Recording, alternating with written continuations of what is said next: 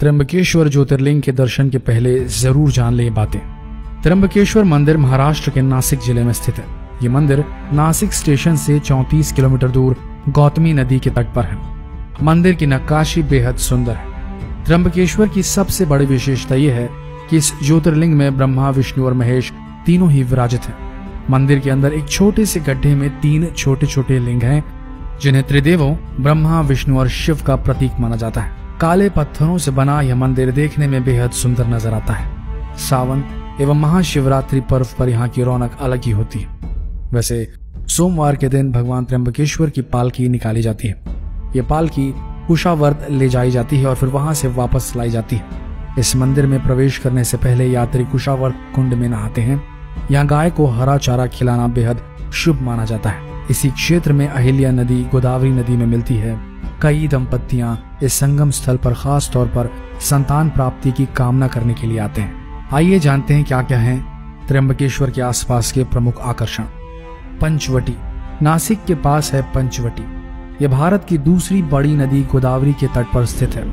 इस शहर का ताल्लुक रामायण काल से है। 14 साल के वनवास के दौरान मर्यादा पुरुषोत्तम राम, माता सीता और लक्ष्मण के साथ एक कुटिया बनाकर यहाँ रह रहे थे। लक्ष्मण ने शूर्पणखा की नाक यहीं काटी थी। इस कुटिया के बाहर से रावण ने सीता जी का हरण किया था। पंचवटी में 5 बरगद के पेड़ हैं जो आस-पास हैं। इसी कारण से इसका नाम पंचवटी पड़ा था। यहाँ से बहने वाली पवित्र गोदावरी नदी के तट पर 12 साल में एक बार कुंभ मेला लगता है। अगला आकर्षण है कालाराम मंदिर। पंचवटी के पास ही कालाराम मंदिर एक प्राचीन हिंदू मंदिर है जिसमें भगवान राम की मूर्ति स्थापित है। इसके बाद जो अगला आकर्षण है वो है मुक्तिधाम मंदिर। मुक्तिधाम मंदिर नासिक शहर से 8 किलोमीटर दूर स्थित है। शुद्ध सफेद संगमरमर से बने इस मंदिर की वास्तुकला अद्भुत और अपरंपरागत है। इसके दीवारों पर भगवत गीता के 18 अध्याय खुदे हैं। ये मंदिर भारत में 12 ज्योतिर्लिंगों की सटीक प्रतिलिपि है। पांडवलिनी गुफाएं, इन्हें नासिक गुफाएं भी कहते हैं। त्रिवाश्मी हिल्स के पठार पर बसी पांडवलिनी गुफाएं ये जो हैं 24 नक्काशीदार गुफाओं का एक समूह है जो बौद्ध भक्ति प्रथाओं के बदलावों को दर्शाता है। इसके बाद जो आकर्षण वहां मिलता है वो है इगतपुरी। महाराष्ट्र के प्रसिद्ध हिल स्टेशन में शुमार इगतपुरी नासिक जिले का खूबसूरत हिल स्टेशन है जो अपने घने जंगलों और प्राकृतिक सुंदरता के चलते लोकप्रिय है। यहाँ ट्रैकिंग के लिए भी बहुत सारे स्थल हैं। इगतपुरी आने पर घाटन देवी मंदिर जरूर देखना चाहिए।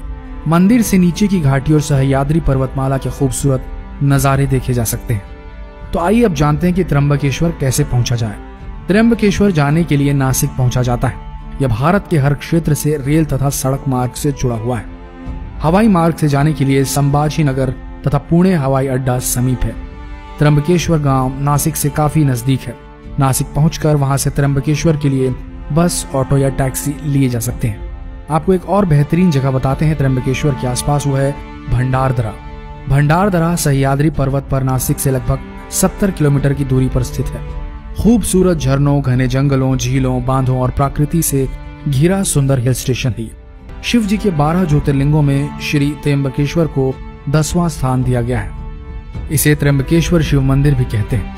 यहाँ समीप में ही ब्रह्मगिरी नामक पर्वत से गोदावरी नदी निकलती है।